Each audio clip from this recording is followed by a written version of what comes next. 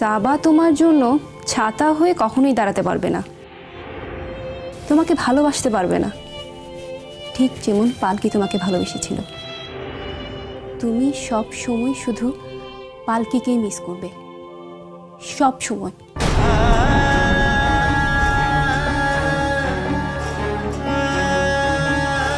এই, এদিকে তাকাও। কি হয়েছে তোমার? কোনো ডিপ্রেশন নাকি? মন খারাপ কিসের? যাও একটু ব্যালকনিতে গিয়ে দাঁড়াও, দেখো বাইরে কি সুন্দর আলো ঝলমলে রোদ্দুর, মন ভালো হয়ে যাবে।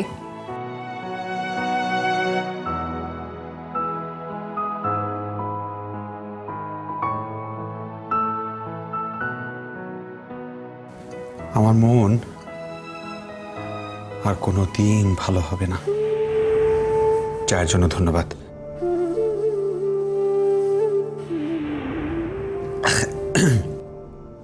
কি হয়েছে? আজকাল চাটাও কেউ ভালো মতো বানাতে পারে না। কে করেছে চাটা? তোমার মা। ও, এখন তো দেখছি তোমার মায়ের হাতের চাও তোমার ভালো লাগছে না।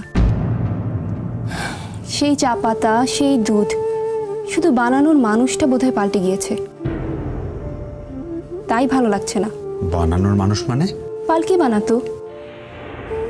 ওর হাতের চা, রান্না, ঘর সাজানো তোমার অনেক ভালো লাগতো, তাই না? সাবাকে বোধহয় তুমি অনিচ্ছায় বিয়ে করছো, তাই না?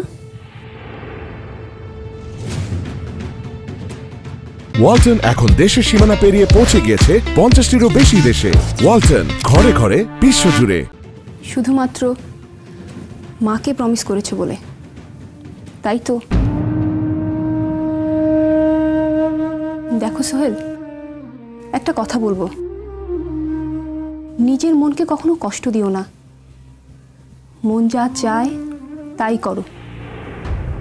তাই করব? কি করব আমি? কি করব? আমিও তো পালকিকে চাই। পালকিকে কোথায় পাবো আমি? কোথায় পাবো বলতে পারো? ও তো মরে গেছে। ও মরে গেছে। আমাকে একা রেখে ফাঁকি দিয়ে কবরে চলে গেছে ও। আমাকে আমাকে এমন একটা পরিস্থিতির মধ্যে রেখে গেছে যে নিজের থেকে পালাতে পালাতে একদিন তুমি ক্লান্ত হয়ে পড়বে, তখন তোমার পালকির প্রয়োজন পড়বে। আর আমার ধারণা সাবা তোমার জন্য ছাতা হয়ে কখনোই দাঁড়াতে পারবে না, তোমাকে ভালোবাসতে পারবে না, ঠিক যেমন পালকি তোমাকে ভালোবেসেছিল। তুমি সব সময় শুধু পালকিকেই মিস করবে, সব সময়।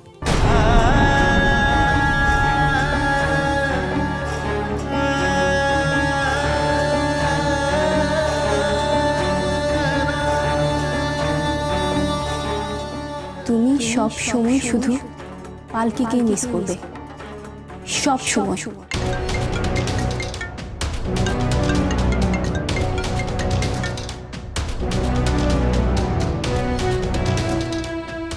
হ্যালো সাবা। হ্যাঁ, আমি জানি। ঠিক আছে, আমি ফ্রেশ হয়ে নিচ্ছি, তুমি এসো।